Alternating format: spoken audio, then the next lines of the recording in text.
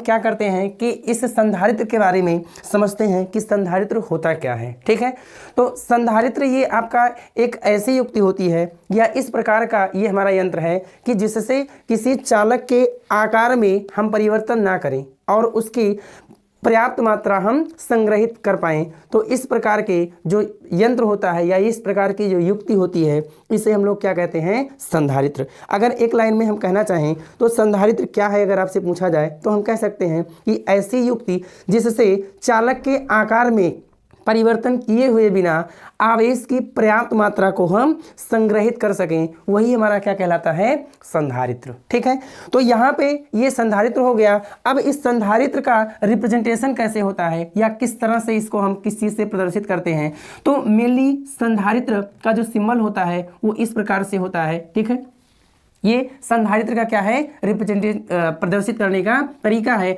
और यहाँ पे हम कह दे रहे हैं कि हमारा क्या है, संधारित्र सी है। ठीक है, अब बात आती है कि इन संधारित्रों को किस किस प्रकार से हम लोग जोड़ते हैं, ये हमारे लिए इम्पोर्टेंट बात है। ठीक है, तो हम अगली जो बातें करेंगे वो संधारित्र या संधारित्रों का संयोजन। क्या है, संधारित्रों का संयोजन। ठीक है, ये जो संधारित्र के संयोजन है हम लोग मेनली दो प्रकार से करते हैं। कितने प्रकार से करते हैं, दो प्रकार से। एक पहला हमारा होता है श्रेणी क्रम, पहला क्या होता है, श्रेणी क्रम संयोजन। क्या होता है, श्रेणी क्रम संयोजन। और दूसरा हमारा होता है समांतर क्रम संयोजन। क्या होता है, समांतर क्रम संयोजन। ठीक है, तो अब हम यहाँ पे बात कर रहे हैं जो कि काफ़ी बच्चों को प्रॉब्लम होती है कि सर ये टॉपिक हमें कुछ कम समझ में आ रहा है या इससे रिलेटेड क्वेश्चन हम लोगों के नहीं बन पा रहे हैं। ठीक है, तो इसीलिए हमने यहाँ पे इस टॉपिक को स्टार्ट किया है जिससे आप चीज़ों को आसानी से समझ पाएँ। ठीक है, तो अब देखो जैसे संधारित्रों का श्रेणी क्रम क्या होता है। जैसे अगर हम आपकी बात कर लें कि जैसे 3 स्टूडेंट सपोज दैट हैं या 3 वस्तुएं हैं, जैसे हम इसी से समझा रहे हैं। जैसे ये मान लो हमारा संधारित्र है, दूसरा संधारित्र हमारा ये है। ठीक है, तीसरा संधारित्र हमारा ये है। ठीक है, तो आप देखो इन सारे संधारित्रों को हमने अलग अलग लिखा है या बनाए हैं केवल आपको समझाने के लिए। पहला संधारित्र हमारा ये हो गया, दूसरा संधारित्र हमारा ये हो गया और तीसरा संधारित्र हमारा ये हो गया। आप बताओ पहले संधारित्र का जो पहला सिरा है वो क्या है, ये है। पहले संधारित्र का जो दूसरा सिरा है वो ये है। दूसरे संधारित्र का पहला सिरा ये है और दूसरा सिरा हमारा क्या है, ये है। तीसरे का पहला ये है और तीसरे का दूसरा ये है। बात समझ में आ रही है? तो अब हम क्या करते हैं, श्रेणी क्रम का कॉम्बिनेशन यही होता है कि जितने संधारित्र हमारे पास हों इन सभी संधारित्रों का जो दूसरा सिरा है वो दूसरे संधारित्र के पहले सिरे से जोड़ते हैं। अगर मान लो अगर हम इस दूसरे संधारित्र की बात करें तो दूसरे संधारित्र का जो दूसरा सिरा है वो तीसरे संधारित्र के पहले सिरे से जोड़ते हैं। इसी प्रकार जितने संधारित्र हमारे पास रहेंगे सब संधारित्रों को हम जोड़ देंगे तो यह क्रम जो हमारा होगा वो क्या कहलाएगा, तो आप कहेंगे सर श्रेणी क्रम संयोजन कहलाएगा। तो आप जरा देखो यहाँ पे इसको हम इससे कनेक्ट कर दे रहे हैं और फिर आगे थोड़ा सा सही से इसको बना देते हैं, है ना। ये इस प्रकार से हम कनेक्ट कर दे रहे हैं। तो अब हम नाम देते हैं, ये तो आपको समझाने के लिए हमने बनाया है यहाँ पे कि 1 2 3 माना गया है। आप बताओ ये 3 संधारित्र हैं, इन तीनों संधारित्र मान लीजिए पहला हमारा C1 है, इसकी धारिता C1 है और इसकी क्या है C2 है और इसकी क्या है C3 है, ऐसा हम मान ले रहे हैं। ठीक है, इसको किसी बैटरी से हम कनेक्ट कर दे रहे हैं। सपोज दैट कोई डिवाइस है या कोई बैटरी है जिससे हम क्या कर दे रहे हैं, कनेक्ट कर दे रहे हैं। ठीक है, अब भाई ये इस तरह से अगर हमने कनेक्ट कर दिया तो आप बताओ यहाँ से करंट चलेगा या धारा का प्रवाह होगा। तो आप जरा बताओ यहाँ पे धारा का प्रवाह होगा तो अर्थात ये धारा I हमारी होगी। तो आप जरा बताओ यहाँ पे अगर धारा हमारी ये I है तो ये धारा सब पे क्या होगी, डिस्ट्रीब्यूट होगी कि नहीं होगी, बोलो। ये मान लो हमारा प्लस क्यू आवेश है, ये हमारा क्या है माइनस क्यू, ये हमारा क्या है प्लस क्यू, ये हमारा क्या है माइनस क्यू और ये हमारा प्लस क्यू है और ये क्या है हमारा माइनस क्यू है। बात समझ में आ रही है? अब जरा बताओ अगर हम इसे श्रेणी क्रम में जोड़ रहे हैं तो आप बताओ यहाँ पे इसके बीच और इसके बीच अगर हम विभवांतर की बात करेंगे तो कुछ और होगा। मैं मान ले रहा हूँ कि इसके बीच जो लगने वाला विभवांतर है वो सपोज दैट क्या है, V1 है। क्या है, V1 है। इसके बीच लगने वाला विभवांतर क्या है, आप कहेंगे सर V2 है। और इसके बीच लगने वाला विभवांतर क्या है, V3 है। तो ये चीज़ें ध्यान देना कि जब कभी भी हम संधारित्र को श्रेणी क्रम में जोड़ रहे हैं तो इसमें जो कॉमन चीज़ें हैं वो क्या है, हमारा जो धारा है, और धारा के आधार पे हम कह सकते हैं कि आवेश की मात्रा सब पे क्या होगी, समान होगी। बात समझ में आ रही है? क्योंकि आप बताओ ये धारा आई इधर से जाएगा या आवेश यहाँ से निकलेगा, तो आप बताओ जरा, यहाँ पे जो आवेश होगा वही यहाँ पर भी होगा, वही यहाँ पर भी होगा, हर पॉइंट पे इसकी वैल्यू क्या होगी, समान होगी। बात समझ में आ रही है ना? तो अब हम ये चीज़ें आपसे कहते हैं कि ये बताओ भाई कि ये जो हमारा विभवांतर है, अर्थात जो इसको हम तीनों को जोड़ेंगे तो अभी तो हमें फाइनली तीनों का मान मिलेगा। तो आप कहेंगे सर यहाँ पे लिखा जा सकता है कि V बराबर V1 plus V2 plus V3, मतलब कि पहले संधारित्र के बीच जो लगने वाला विभवांतर, दूसरे संधारित्र के बीच लगने वाला विभवांतर, तीसरे संधारित्र के बीच लगने वाला विभवांतर, इन तीनों को अगर हम जोड़ लेते हैं तो ये हमारा V बराबर V1 प्लस V2 प्लस क्या आ जाएगा, V3 आ जाएगा। ठीक है, आपको मालूम है कि Q इक्वल टू क्या होता है, C इंटू V। क्या होता है, Q equal to C into V। अगर हम किसी चालक का आवेश बढ़ा रहे हैं या किसी हम चालक के आवेश की बात करते हैं तो इसी के साथ साथ इसका जो विभवांतर का मान है ये भी क्या हो जाता है, बढ़ता जाता है या बढ़ जाता है। ठीक है, तो यानी यहाँ पे इसको हटाएंगे, एक कांस्टेंट आता है जिसे हम लोग C बोलते हैं, जिसे हम क्या बोलते हैं, धारिता, संधारित्र की धारिता बोलते हैं। बात समझ में आ रही है ना? तो इस फार्मूले का हम यूज करेंगे। तो आप जरा बताओ, अगर हम पहले संधारित्र की बात करेंगे तो इसके लिए इसकी धारिता C1 है, इसके बीच लगाया गया विभवांतर क्या है, V1 है। इसकी धारिता C2 है, इसके बीच लगाया गया विभवांतर V2 है। इसकी संधारित्र धारिता क्या है, C3 है, लगाया गया विभवांतर क्या है, V3 है। बात समझ में आ रही है ना? तो अब जरा बताओ, अगर हम पहले के लिए मान लेते हैं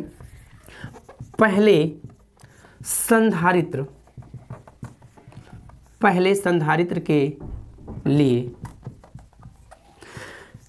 Q बराबर क्या आ जाएगा, आप कहेंगे C1 इंटू क्या आ जाएगा, V1। दूसरे के लिए, दूसरे संधारित्र के लिए तो आप कहेंगे सर दूसरा संधारित्र हमारा है, इसे हमने कह दिया Q, तो Q इक्वल टू क्या आ जाएगा, C2 इंटू क्या आ जाएगा, V2। आप बताओ यहाँ से अगर हमें, चूंकि हम समीकरण 1 में क्या रखना चाह रहे हैं, तो आप कहेंगे सर यहाँ से अगर हम निकालना चाहें तो V1 बराबर क्या आ जाएगा, Q बाई C1, ये हमारा क्या आ जाएगा, V1 बराबर Q बाई C1 आ जाएगा। इसे इक्वेशन नंबर 2 मान ले रहे हैं। ठीक है, समीकरण 2 में अगर हम यहाँ से कहते हैं तो V2 बराबर क्या आ जाएगा, आप कहेंगे सर Q बाई C2, इसे समीकरण नंबर 3 मान ले रहे हैं। ठीक है, तथा तीसरे संधारित्र के लिए, है ना, यहाँ विभवांतर लिख दो, है ना, विभवांतर। तो आप कहेंगे इधर तीसरे के लिए हो जाएगा V3 बराबर Q बाई क्या आ जाएगा, C3, क्योंकि भाई V बराबर क्या, Q इक्वल टू क्या हो जाएगा, C3 इंटू क्या, V3। तो यहाँ से अगर इसको हम लिखना चाहें तो समीकरण नंबर क्या बोल दें, 4। ठीक है, तो अब जरा बताओ, अब हम कह रहे हैं कि अगर इस तीनों संधारित्र का जो कॉम्बिनेशन है इसका टोटल विभवांतर क्या होगा, हम मान ले रहे हैं V है। टोटल इसका जो चार्ज या आवेश है वो क्या है, Q है, और टोटल इसका जो संधारित्र की धारिता है वो कितनी है, C है। तो आप बताओ, इसलिए कुल विभवांतर क्या आ जाएगा, V बराबर Q बाई C।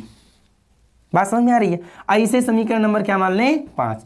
अब देखो क्या करते हैं, इन सभी मानों को हम कहाँ रख दें, लिखेंगे समीकरण 1 में 2, 3, 4 तथा 5 का मान रखने पर, जब रखेंगे तो आप जरा बताओ भाई क्या आ जाएगा। ये जो हमारा V है, V के स्थान पे Q बाई C होगा, तो आप कहेंगे sir Q by C। V1 के स्थान पे क्या हो जाएगा, आप कहेंगे सर Q बाई C1 आ जाएगा, और दूसरा हमारा क्या हो जाएगा, Q बाई C2, और तीसरा आ जाएगा Q बाई C3।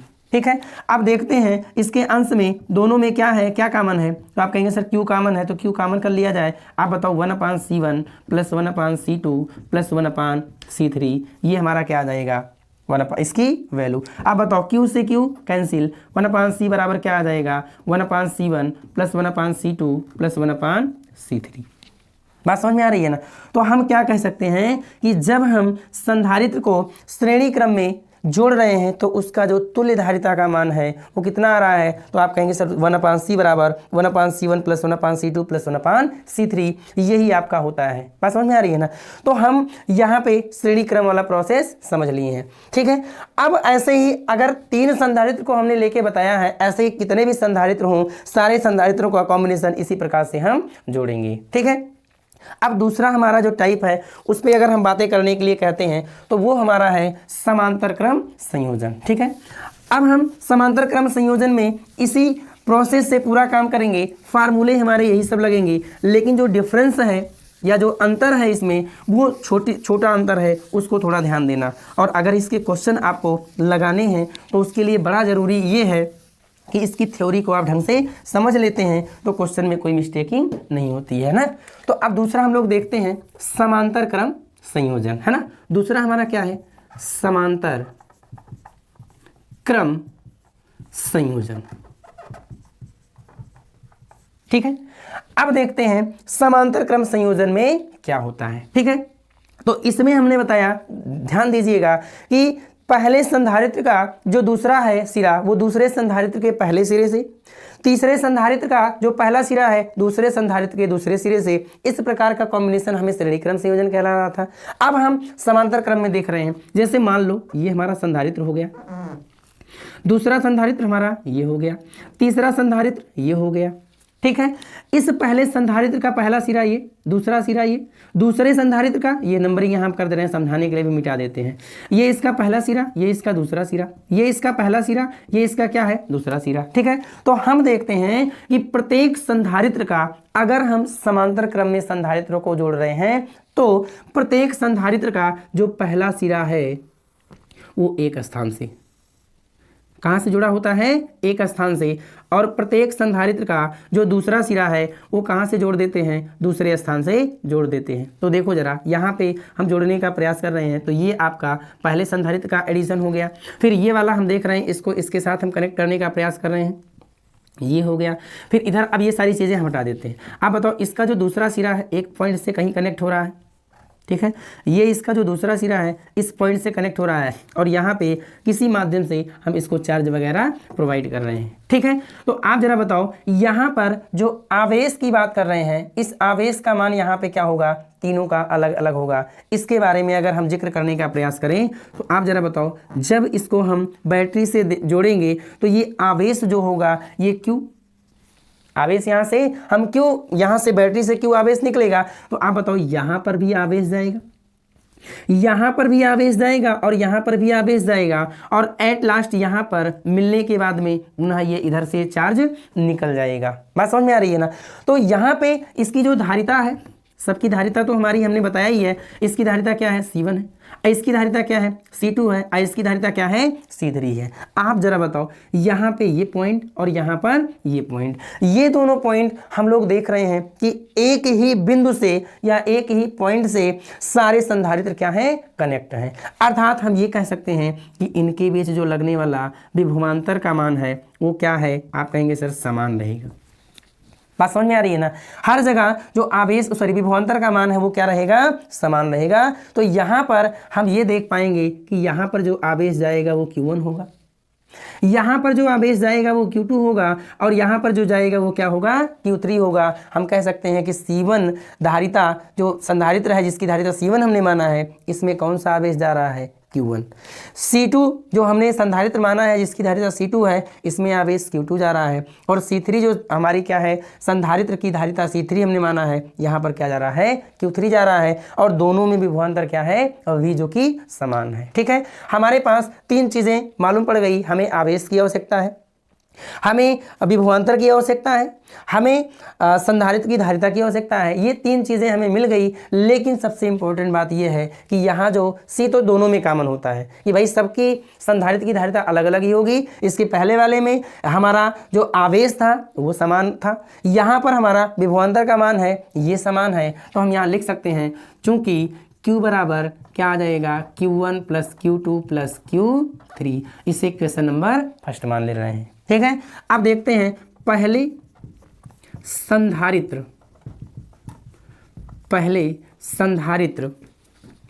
का आवेश। ठीक है भाई।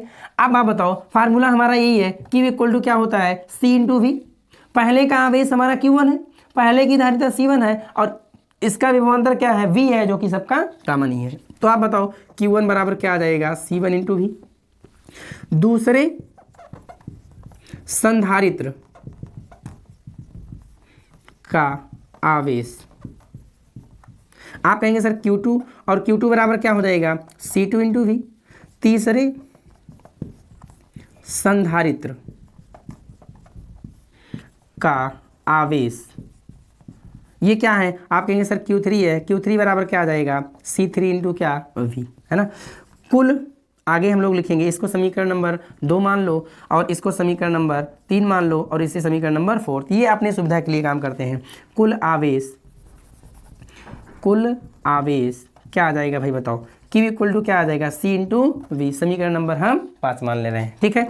आप देखो जरा इसकी वैल्यू हम कहाँ रख दें, लिखेंगे समीकरण 1 में 2, 3, 4 तथा 5 का मान रखने पर, जब रखेंगे भाई तो आप बताओ Q के स्थान पे क्या है, C1 into we, sorry Q के स्थान पे C इंटू वी है भाई, है ना। और यहाँ पे Q1 के स्थान पे क्या है, आप कहेंगे सिर्फ C1 इंटू क्या है, V, और दूसरे के स्थान पे C2 इंटू वी है हमारा। यहाँ पे अगर हम Q3 लिखते हैं तो C3 इंटू क्या आ जाएगा, V। क्लियर है ना।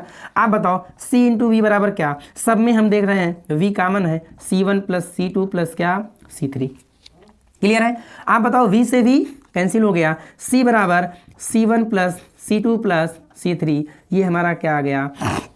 जब हम संधारित्रों को समांतर क्रम में जोड़ते हैं तो उसका जो तुल्य धारिता का मान आता है वो C बराबर C1 plus C2 plus C3 होता है, ठीक है। तो अब हम इसके पहले जो फार्मूला निकाल के लाए थे वहाँ पे क्या था भाई, 1/C बराबर 1/C1 plus 1/C2 plus 1/C3 था, ठीक है। अगर हम यहाँ इस क्रम में निकाल रहे हैं तो C बराबर C1 प्लस C2 प्लस क्या आ रहा है, C3 आ रहा है। ये चीज़ें फार्मूले के माध्यम से यहाँ हमने लिख दिया, ठीक है। अब हम इसके कुछ न्यूमेरिकल्स को सॉल्व कर रहे हैं जो कि आगे सामने दिख रहा है ना। अभी देखते हैं, जैसे हम थ्योरी बार बार बता रहे थे कि थ्योरी अगर आपकी क्लियर है तो इसके जो क्वेश्चन हैं वो बड़े आसानी से आप सॉल्व कर पाएंगे, ठीक है। अब मान लो हम एक छोटे छोटे एग्जाम्पल के थ्रू हम क्वेश्चन लेने का प्रयास कर रहे हैं, फिर अच्छे अच्छे क्वेश्चन तक हम सॉल्व करेंगे और किसी भी बोर्ड में ये आपके लिए इंपॉर्टेंट क्वेश्चन बनता है, यहाँ से क्वेश्चन जरूर पूछे जाते हैं, ठीक है। तो आइए मानते हैं कि यहाँ पे हमारे पास जो ये सारे कंपोनेंट अब हम ना बना के केवल अपने मान को यहाँ पे देखते हैं, है ना, अलग अलग मान इसके हम दे रहे हैं। मान लो कि सबसे पहले हम स्टार्ट करते हैं समांतर क्रम वाले क्वेश्चन से, क्योंकि इसका फिगर हमने यहाँ बनाया है। मान लो कि 3 संधारित्र हमारे पास समांतर क्रम में जुड़े हुए हैं, है ना। इसका मान लीजिए कह रहा है 3 माइक्रोफैरड, 5 माइक्रोफैरड, 7 माइक्रोफैरड। ऐसे क्वेश्चन कहेगा कि क्वेश्चन लिख दे रहे हैं 3 माइक्रोफैरड, 5 माइक्रोफैरड तथा 7 माइक्रोफैरड धारिता के 3 संधारित्र समांतर क्रम में जुड़े हैं, इनकी तुल्य धारिता ज्ञात कीजिए। क्या करना है भाई, तुल्य धारिता ज्ञात करना है। तो यहाँ तो भाई हमने फार्मूला लिख दिया है, आप तुरंत उसका आंसर बता पाएंगे, लेकिन ये फार्मूला एग्जाम में आपके दिमाग में कैसे रहेगा, तो हमने जो थ्योरी बताया उस थ्योरी के आधार पे आप अगर प्रैक्टिस करेंगे बार बार तो आपके दिमाग में वो चीज़ें रहेंगी। तो आप देखो 3 माइक्रोफैरड, 5 माइक्रोफैरड, 7 माइक्रोफैरड, हम जानते हैं चूंकि समांतर क्रम संयोजन का सूत्र क्या है भाई, C बराबर C1 plus C2 plus C3। आप बताओ C1 का मान कितना है, इसको आप मान लो यहाँ लिख सकते हैं, लिख देना C1 बराबर 3 माइक्रोफैरड, C2 बराबर 5 माइक्रोफैरड, C3 बराबर 7 माइक्रोफैरड, ठीक है। इसलिए C बराबर क्या आ जाएगा बच्चा बताओ, 3 microfarad plus 5 microfarad plus 7 microfarad. अगर इसको हम सॉल्व करते हैं तो 5 और 3 8 और 8 7 15, अर्थात इन दोनों के बीच जो तुल्य धारिता का मान आया वो कितना आया? आप कहेंगे सर 15 माइक्रोफैरड। इतना आसान क्वेश्चन, इतना आसान क्वेश्चन ये ऑप्शनल में या बहुविकल्पीय क्वेश्चन में आपको दे सकता है, ठीक है। और हम धीरे धीरे अभी लेवल को बढ़ा रहे हैं। एक क्वेश्चन हम समांतर क्रम पे बताए और एक क्वेश्चन अब श्रेणी क्रम संयोजन पे बता दें, फिर हम आगे और मिक्स वाले जिसमें श्रेणी और समांतर दोनों एक साथ साथ हुआ है, ठीक है। अगर आपको इस क्वेश्चन में कोई दिक्कत होगी तो आप कमेंट जरूर कर देना। और हाँ, एक चीज़ ये है भाई, अगर आप लोगों को ये वीडियो पसंद आ रहा है तो हमें नहीं लगता है कि आप चैनल को सब्सक्राइब करें तो आपको कोई दिक्कत होगी, है ना। तो अगर आपको पसंद आ रहा है तो चैनल को सब्सक्राइब करिए और अपने मित्रों तक ज़रूर इसको भेजिए, जिससे हम आपका जो और आगे के वीडियोज़ हैं उसको हम कंटिन्यू करते रहें, ठीक है। तो अब देखते हैं अगला क्वेश्चन, यहाँ पे देखते हैं दूसरा क्वेश्चन क्या है। क्वेश्चन में ऐसे कह दें कि 3 माइक्रोफैरड तथा 3 माइक्रोफैरड धारिता के 3 संधारित्र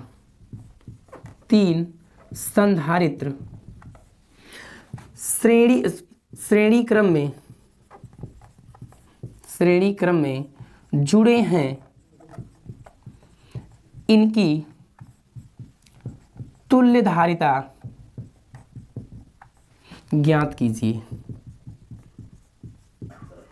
तुल्य धारिता ज्ञात कीजिए, ठीक है। तो आप बताओ, आपको अगर श्रेणी क्रम और समांतर क्रम मालूम रहेगा तो बड़े आसानी से क्वेश्चन को आप लगा पाओगे। तो हमारे दिमाग में तुरंत आ गया कि 3 संधारित्र श्रेणी क्रम का मतलब इसी क्रम में है, वो आपको दिमाग में बैठाना है। C1 का मान 3 दिया है, C2 का मान 3 माइक्रोफैरड दिया है, C3 का मान 3 माइक्रोफैरड दिया है, और आपसे कह रहा है कि आप बताओ इसका टोटल धारिता का मान क्या होगा, ठीक है।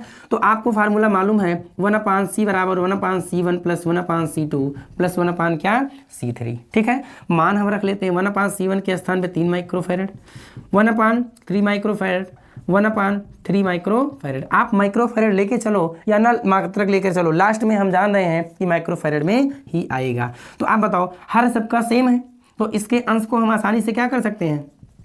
जोड़ सकते हैं ना।